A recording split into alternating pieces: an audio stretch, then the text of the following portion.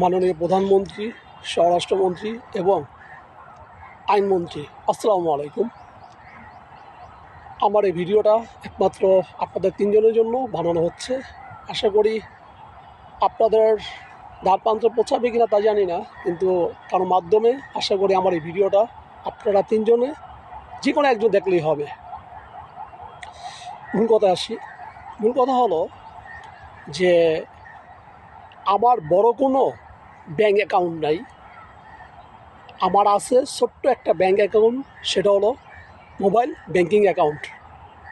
তার মাধ্যমে আমি যখন টাকা তুলি তখন সরকারিভাবেই আমার ভ্যাট, টাকা তুলতে গেলে আমার ভ্যাট টাকা এটা নেয়। সেই ভ্যাটের টাকা দিয়া আমি কোনো ছিনতাইকার, কোনো সন্ত্রাসী, কোনো ধর্ষক, কোনো শিশু ধর্ষক কিংবা কোনো ডাকাত, এদেরকে রাষ্ট্রীয়ভাবে জেল হাজতে বসিয়ে আমার সেই টাকা খাওয়ানোর সরকারের কোনো অধিকার নেই। আপনারা যে আইন নিয়ে রাষ্ট্র পরিচালনা করছেন, বিশেষ করে আমার বাংলাদেশে যেই চলমান আইন আছে, সেই আইন আজ থেকে 200 বছর আগে ব্রিটিশ সরকার আমাদের উপরে পেশ করে গেছে। আমরা সেই শাসনেই রাষ্ট্র পরিচালনা করতেছি। এই শাসন থেকে আমাদের বেরিয়ে আসতে হবে। আমাদের মাননীয় আইনমন্ত্রী ঘোষণা দিয়েছে যে 7 দিনের ভিতরে এই মর্মন্ত যে মৃত্যু হয়েছে যে এই শিশুর 7 দিনের ভিতরে তদন্ত দিতে হবে। 7 দিন কেন? এই তদন্ত আমাদের দরকার নেই। যে তদন্তর সময় দিতে হয় 7 দিন, সেই তদন্ত আমাদের দরকার নেই। জলজান্ত প্রমাণ থাকা অবস্থায় আসামিরে জেলখানায় বসায়া রেখা আপনারা জামাই আদর করে সরকারি ফান্ডে থেকে খাবার খাওয়াবেন, সেই টাকা আমি দিতে রাজি না। সেই টাকা আমি দিতে রাজি না। আপনারা যদি এই অপরাধীর বিচার না করতে পারেন, তাহলে এই অপরাধী যেই পরিবারের এত বড় দুর্ঘটনা ঘটাইল, সেই পরিবারকে নাহলে এই জাতির কাছে, নাহলে এই দেশের জনগণের কাছে সেই অপরাধীকে তুলে দেন, তারা বিচার করবে। আপনাদের বিচার করার কোনো প্রয়োজন নেই। আপনারা যে রাষ্ট্র যেভাবে পরিচালনা করতেছেন, বিশেষ করে বর্তমান আইন পরিস্থিতি, এই আইন আমাদের প্রয়োজন নেই। আমাদের কোনো তদন্তর প্রয়োজন নেই। মাননীয় প্রধানমন্ত্রী, খুব কষ্ট লাগে। শিশুটাকে কি ভয়াবহ হত্যা করা হয়েছে, সেটা যদি আপনার পরিবারও হইতো, সেটা আপনি উপলব্ধি করতে পারতেন যে একজন সন্তানকে কিভাবে হত্যা করা হয়েছে। এখনও সময় আছে। আমরা ব্রিটিশ পিরিয়ডে 200 বছরের আইনে আমরা পড়ে থাকতে রাজি না। আমরা চাই আইন তার নিজস্ব গতিমতি চলুক, বিচারটা যেন এই দেশের জনগণ পায়। পল্লবী কিছু জনগণ তারা বলছে যে আগামী 48 ঘন্টার ভিতরে এই অপরাধীর সাজা চায়। আমিও সেই ওদের সাথে এক সুরে বলছি, যদি আগামী 48 ঘন্টার ভিতরে এই আসামির সাজা দিতে না পারেন, তাহলে এই আসামিকে জনগণের হাতে তুলে দেন। জনগণ আর বিচারের রায় করবে। আমরা ব্রিটিশ সরকারের আইন আমরা মানতে রাজি না। যারা এই আইনের সাথে, এই বিচারের সাথে, এই অপরাধের সাপোর্ট নিয়ে কথা বলছে, তারাও সেম একই অপরাধী। তাদেরকে যত দ্রুত সম্ভব, যারা এই আইনের এই অপরাধীর পক্ষ নিয়ে আইনের কাঠগড়ায় দাঁড়াবে, তাদেরকেও সে একই অপরাধের তালিকা রাখতে হবে। মাননীয় প্রধানমন্ত্রী, আমি আবারও বলতেছি, আমাদের সেই ব্রিটিশ সরকারের আইন প্রয়োজন নাই। পৃথিবী সব কিছু ডেভেলপ হয়, আমাদের বাংলাদেশের আইন ডেভেলপ হয় না। আমরা সেই পূর্বে আইনের ভিতরে পড়ে থাকি। যা নাকি 200 বছর গোলামি করছিলাম আমরা ব্রিটিশের কাছে, সেই 200 বছরের পরেও, আজকে প্রায় 250 বছর পরেও আমরা সেই ব্রিটিশের আইন ধরে আছি। এই আইন থেকে বেরিয়ে আসতে হবে আমাদের। এই আইনকে সংস্কার করতে হবে।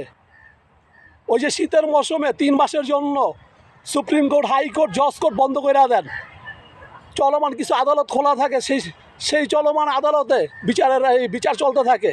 এইসব আইন আমাদের দরকার নাই। এইসব আইন থেকে আমরা বেরিয়ে আসতে চাই। আইনকে যত দ্রুত সম্ভব সংস্কার করুন। আর যে এই ধরনের যারা অপরাধী, তাদেরকে দ্রুত 7 দিন নয়, আগামী 48 ঘন্টার ভিতরে এই আসামিকে আইনের আওতায় এনে জনগণের সম্মুখে এই আসামিকে ফাঁসি দিতে হবে। আমার ভিডিওটা শেষ করছি। প্রধানমন্ত্রী, খুব কষ্ট লাগে, আমিও কোনো সন্তানের বাবা, আপনিও কোনো সন্তানের বাবা, আমাদের স্বরাষ্ট্রমন্ত্রী, আমাদের আইনমন্ত্রী কোনো সন্তানের বাবা। আমাদের সন্তানকে যদি এইভাবে নির্যাতন করে যদি হত্যা করা হইতো, তাহলে আপনার বিবেকে কী কাজ করতো? আপনি কি সেই ব্রিটিশ পিরিয়ডের আইনে এখনও পড়ে থাকতেন? মাননীয় প্রধানমন্ত্রী, আমরা অনেক কষ্ট করে আমাদের পূর্বপুরুষ যারা এই দেশটাকে স্বাধীন করছে, কিংবা 2024-এ আপনারা যারা 24-এর আগে কথা বলতে পারেন না, যারা জুলাই আইনে আপনাদেরকে ক্ষমতায় বসাইছিল একটা নির্বাচনের মাধ্যমে, তাদের আবেগটা একটু বুঝতে চেষ্টা করুন।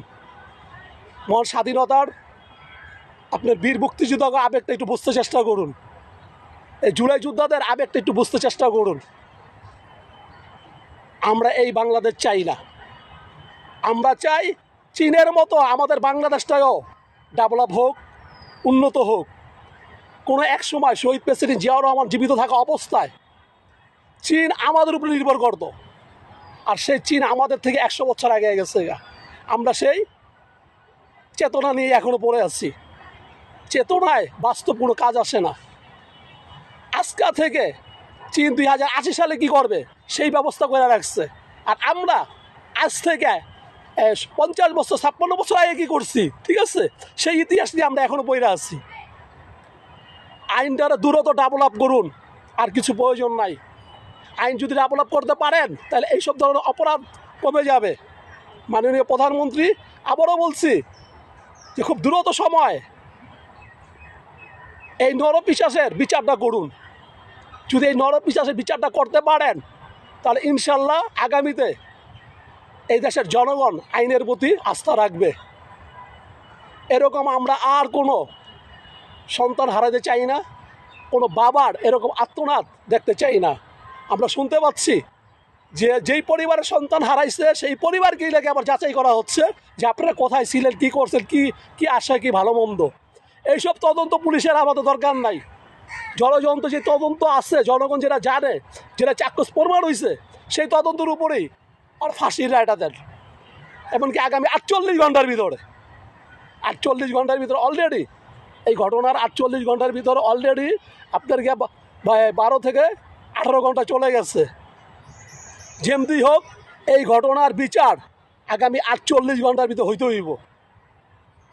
আমরা আর কোনো শিশু হারাইতে চাই না, আমরা আর কোনো মার ইজ্জত হারাইতে চাই না।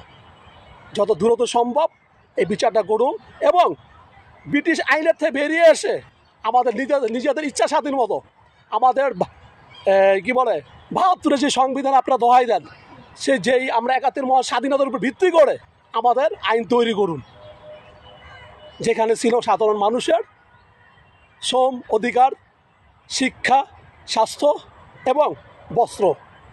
এই অধিকারের উপরে নির্ভর করেই আমাদের আইনটা তৈরি করুন। যত দ্রুত সম্ভব এই অপরাধীকে ফাঁসি দিয়ে আইনের প্রতিষ্ঠিত করুন। আমরা চাই না যে কোরআনের হাদিস আইন তৈরি করেন। মহান স্বাধীনতার উপর ভিত্তি করেই আইন পরিবর্তন করা যাবে। মাননীয় প্রধানমন্ত্রী, খুব কষ্ট লাগতেছে, একই কথা বারবার বলতেছে এই কারণেই যে খুব কষ্ট লাগতেছে যে যেই পরিবারের সন্তান হারাইছে সেই পরিবারকেই নাকি আবার জবাবদিহি করতে হচ্ছে। আপনার সন্তান হারাইলে যদি আইন শৃঙ্খলা বাহিনী আপনার পরিবারকে যদি জবাবদিহি করতো, আপনার কেমন লাগতো? যত দ্রুত সম্ভব প্লিজ এই নরপিশাচকে আইনের মাধ্যমেই ফাঁসি দেওয়া হোক। সময় 48 ঘন্টা। আসসালামু আলাইকুম। মাননীয় প্রধানমন্ত্রী, আইনমন্ত্রী এবং স্বরাষ্ট্রমন্ত্রী, আপনাদের শুভ স্বাস্থ্য কামনা করে বিদায় নিচ্ছি। আল্লাহ হাফেজ।